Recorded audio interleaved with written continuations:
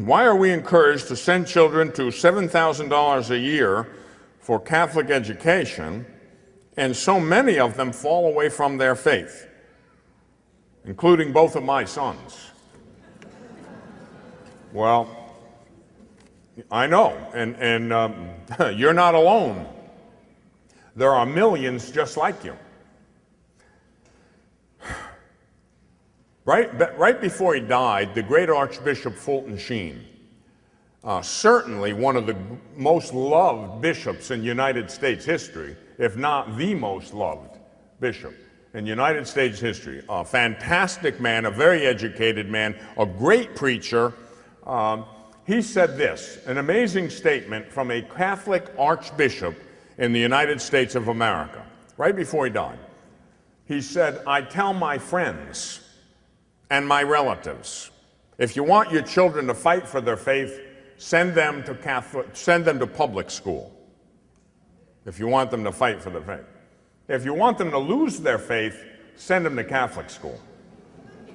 Now that's what Archbishop Sheen said decades ago. Now what did he mean by that? Now, by the way, there are still, and always have been, some very excellent Catholic schools. Very excellent. Wonderful teachers, teaching the church's teaching solid, a great blessing for the church, for families, for our country, for the world, a great blessing. There are still wonderfully faithful religious sisters who teach in our schools, who have taught in our schools, and they are among the greatest blessings God could ever give to the church and to the world. What did Bishop Sheen mean?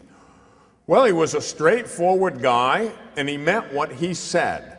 What he saw was the demise, in many cases, not every case, but in many cases he saw the demise of education. He saw the liberal influences infiltrating even inside the church, even in Catholic education, seminaries, universities, even high schools and grammar schools.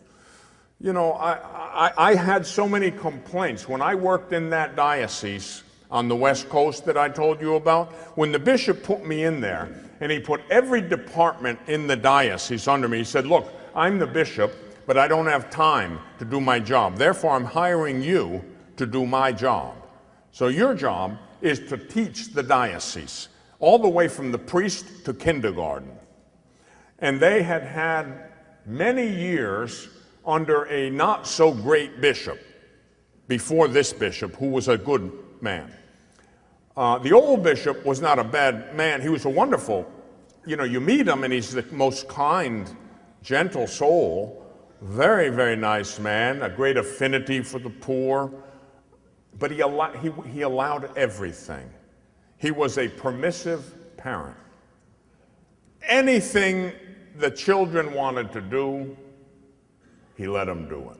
Consequently, everything imaginable went on for years, over 20 years in that diocese, and with disastrous results. So the new bishop then tried to correct things, but as some of you well know, in a diocese or archdiocese, you can put a great bishop in, but he can only do so much.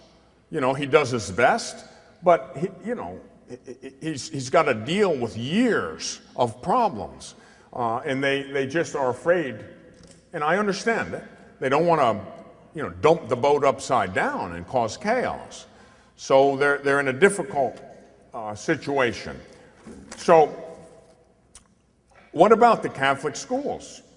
Whose problem is it? Whose fault is it?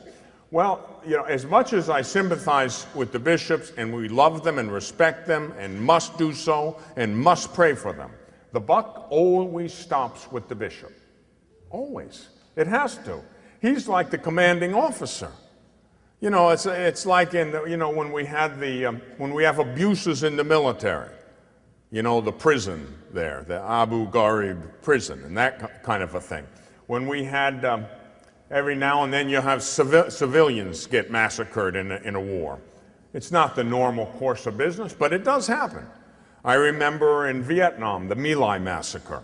A friend of mine was a full colonel who was the adjutant for that investigation. He was the officer in charge of running that investigation. Those things happen. The buck stops with the guy in charge. Now, it is true, he may not know everything that's going on. He may not want it that way. But ultimately, he's responsible. So, what do you do about the Catholic schools?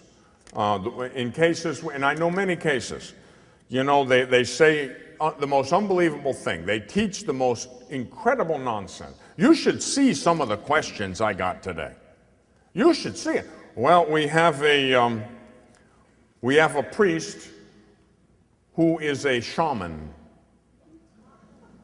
and he teaches shamanism in our parish. We have informed the pastor and our bishop, but they will not do anything about it. If you tried that in my hometown parish, those old Irish ladies would string you up so fast, you wouldn't even believe it. You know, those things exist because people don't get upset enough. Sure, be charitable, but you don't have to put up with that. You shouldn't put up with that. Shamanism, that's right in the occult. Some friends of mine were on vacation, went to Mass at a parish, you know, on the road when they're traveling on vacation. Went in and were going to bless themselves with holy water, and the holy water fountain, there were crystals floating around. Yeah, crystals, like it's used in New Age stuff, occult stuff. The woman stopped the priest when he was coming in to process information, said, "Father, there are crystals in your holy water fountain." He said, I know. We must be open to power from all sources. Some other friends were likewise traveling, went into Catholic parish. They were there for Mass. They happened to look up, there was a crucifix on the wall. And they blinked their eyes and looked and couldn't believe it. There was a naked woman hanging on the cross. Very realistically portrayed, complete with body parts. A naked woman on the cross. After they couldn't hardly contain their emotion. Afterwards, they knocked on the rectory door. "Father, what is that thing hanging on your wall?" And he said, "That is Christa. That's Christa, the symbol of oppressed, male-dominated women in the church." It was in a Catholic church. Now that's HHM theology.